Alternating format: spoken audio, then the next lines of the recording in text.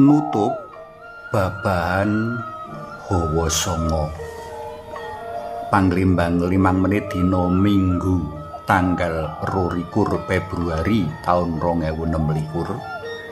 Kapethik saka Injil Lukas bab 4 ayat 1 tekan ayat 11.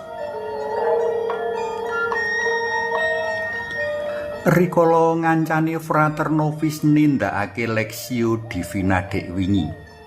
Aku kober nyenggol perkara babahan hawa sanga.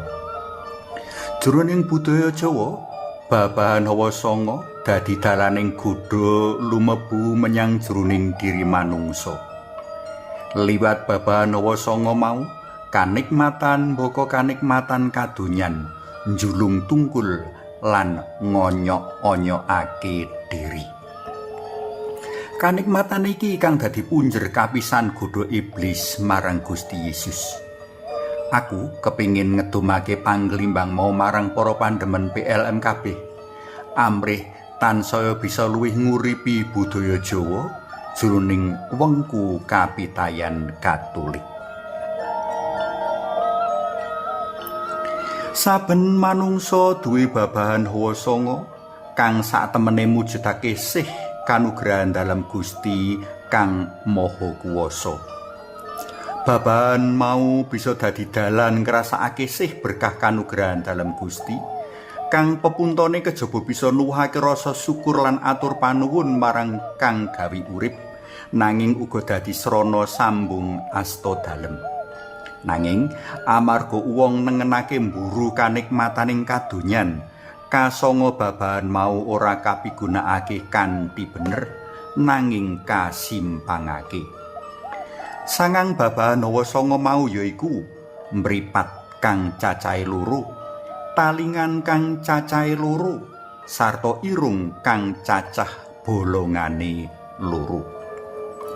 Dene babahan kang cacah siji yaiku tutuk, palanangan utawa pawadonan, sarta medi utawa nuwun sewu silit. Mripat kapigunakake kanggo ngumbar kanikmatan umpamane kanikmatan nyawang lawang jenis kanthi kebak pepinginan. Liwat talingan wong marem ngrungokake sambat panandhanging liyan tanpa gelem mulung tetulung. Wong kang kalebu kelompok iki yaiku para pelaku KDRT. Liwat tutuk kang nacat, ngololo, ngundamono sarta mitenah liyan, wong ngrasakake kamareman. Nek wis kulina mengkono, kaya-kaya tutuk rasane gatel menawa ora nyelatu, nyenges, ngundamono, ngunek-unekke enggo nyatur ala liyan. Wekasan wong padha migunakake pelanangan utawa pawadonan kepara liwat medi kanggo laku jina.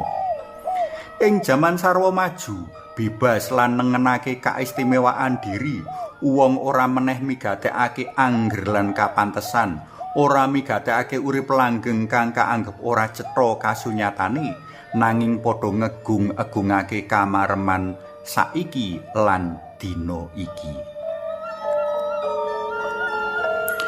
Para tresna PLM kinasih, mangsa prapaskah mujudake mangsa prayoga kanggo nyawang memburi, kanggo nlitik cara urip kita mligine jroning migunakake kanugrahan dalam Gusti arupa babahan hawa sanga.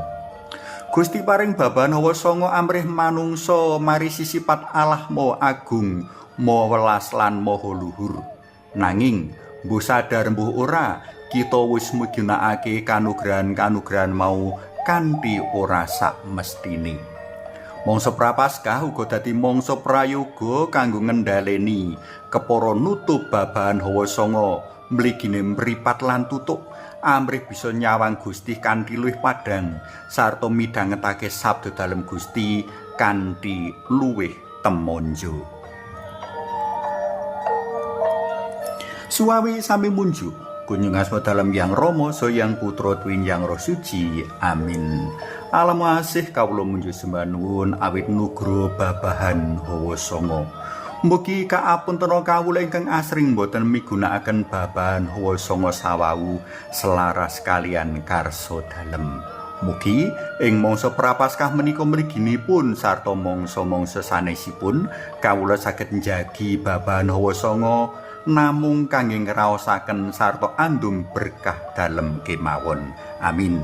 Kunjung asma dalem yang Rama sayang Putra duwen yang Roh Suci. Amin.